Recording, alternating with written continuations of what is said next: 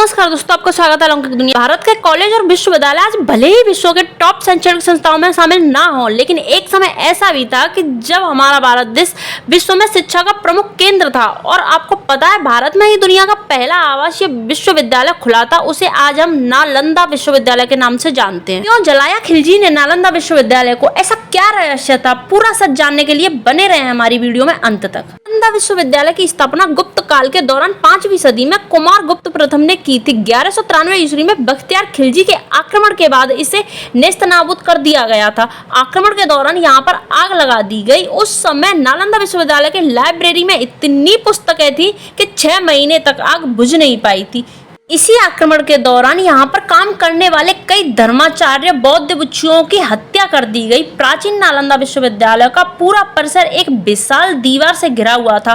प्रवेश के लिए एक बड़ा सा मुख्य द्वार था। उत्तर से दक्षिण की ओर मठों की लंबी कतारें थी। उनके सामने बहुत ही भव्य स्तूप थे और मंदिर थे। उन मंदिरों में भगवान बुद्ध की सुंदर प्रतिमा स्थापित थी, जो कि अब सारी नष्ट हो चुकी हैं। नालंदा विश्वविद्यालय की दीवारों के अवशेष आज भी इतने चौड़े हैं कि उन पर ट्रक भी चलाया जा सकता है। पटना से 90 किलोमीटर दूर और बिहार से 12 किलोमीटर दूर दक्षिण से आज भी इस विश्व प्रसिद्ध प्राचीन बौद्ध विद्यालय के खंडर मौजूद हैं। आइए जानते हैं आज हम अपने इस महान विश्वविद्यालय के बारे में। नालंदा विश्वविद्यालय संस्थापक कला का एक बहुत ही अद्भुत नमूना था। आप सबको जानकर आश्चर्य होगा कि इस विद्यालय में 3000 से ज्यादा कमरे व 7 बड़े बड़े कक्ष थे और अध्ययन करने के लिए 9 मंजिला का एक विशाल पुस्तकालय था, जिसमें 90 लाख से भी अधिक पुस्तकें मौजूद थी। नालंदा को दुनिया का सबसे प्राचीन दूसरा विश्वविद्यालय माना जाता था, लेकिन आवासीय परिसर के तौर पर पहला माना जाता था। यह 800 साल तक अस्तित्व में रहा था। इस विद्यालय में विद्यार्थियों का चयन मेरिट के आधार पर होता था। यहाँ पर छात्रों को शिक्षा फ्री में दी जाती थी। वो उनका रहना सहना खाना पीना सब फ्री में ही होता था। इस विद्यालय में एक ही समय में 10,000 से ज्यादा विद्यार्थी शिक्षा ग्रहण करते थे। वह 700 से अधिक अध्यापक थे। यहाँ सिर्फ भारत के ही नहीं, बल्कि कोरिया, जापान, चीन, Tibet, Indonesia, Iran, Greece, Mongolia समेत कई देशों के छात्र पढ़ाई के लिए आया करते थे। इस विद्यालय की स्थापना का उद्देश्य ध्यान और आध्यात्म के लिए एक स्थान बनाने से था। गौतम बुद्ध भी यहाँ कई बार आए और कई बार यहाँ पर रुके थे। नालंदा विश्वविद्यालय की लाइब्रेरी का नाम था धर्मगूंज। इसका मतलब होता है सत्य का पर्वत। लाइब्रेरी की 9 मंजिला में 3 भाग थे, जिनके नाम थे रत्नरंजक, रत्नोदय और रत्नसागर। इस विश्वविद्यालय में कई महान विद्वानों ने पढ़ाई की थी, जिनमें से हर्षवर्धन, धर्मपाल, वसुबंधु, धर्मकीर्ति, आर्यवर्त, नागार्जुन भी थे। नालंदा यूनिवर्सिटी का इतिहास चीन के हैंसोंग और इत्सिंग ने खोजा था। ये दोनों ही 7वीं शताब्दी में भारत आए थे। इन दोनों ने चीन लौटने के बाद नालंदा के बारे में विस्तार से लिखा और विश्व का सबसे बड़ा विश्वविद्यालय बताया। इस विश्वविद्यालय की खास बात यह थी कि कोई भी कार्य होता था सबकी सहमति से होता था। सन्यासी, स्टूडेंट, टीचर सबकी सहमति से होता था। जब त्सियांग चीन लौटे तो अपने साथ 651 बौद्ध धर्म ग्रंथों को साथ लेकर गए थे। त्सियांग दुनिया का सबसे प्रभावशाली बौद्ध विद्वानों में से एक था। इन्हीं ग्रंथों को चीनी भाषा में भी अनुवाद किया गया है। 10 विद्यार्थियों में से केवल 2 विद्यार्थी परीक्षा में पास होते थे, तब उन्हें प्रवेश मिलता था।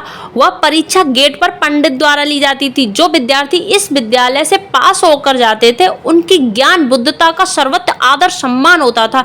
यहाँ पर शिक्षा का भंडार था। यहाँ पर धार्मिक ग्रंथ ही नहीं, literature, astrology, psychology, law, astronomy, science, इतिहास, math, language science, economics, medicine, कई विषयों को पढ़ाया जाता था।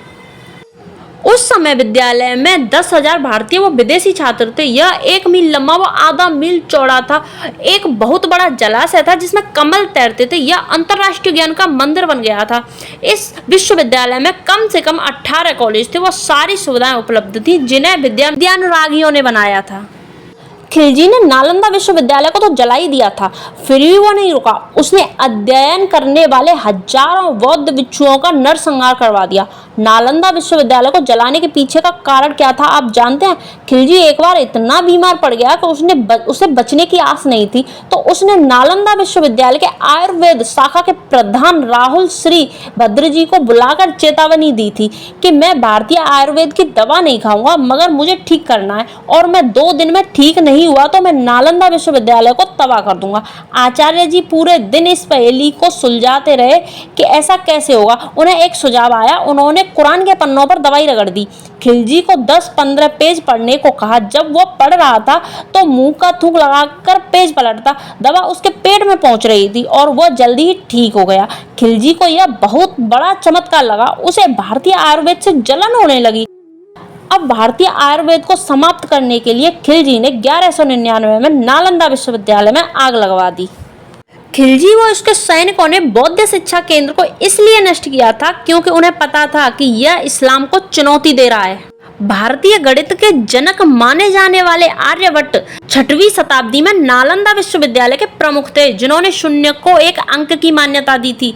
उसके बिना तो कंप्यूटर भी नहीं थे।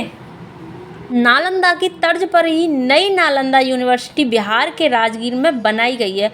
उसे 25 नवंबर 2010 में स्थापित किया गया है। अगर आज नालंदा विश्वविद्यालय होता, हमारा भारत हर चीज में नंबर 1 होता। कमेंट में अपनी राय जरूर दें और चैनल को सब्सक्राइब करें। वीडियो लास्ट तक देखने के लिए थैंक यू।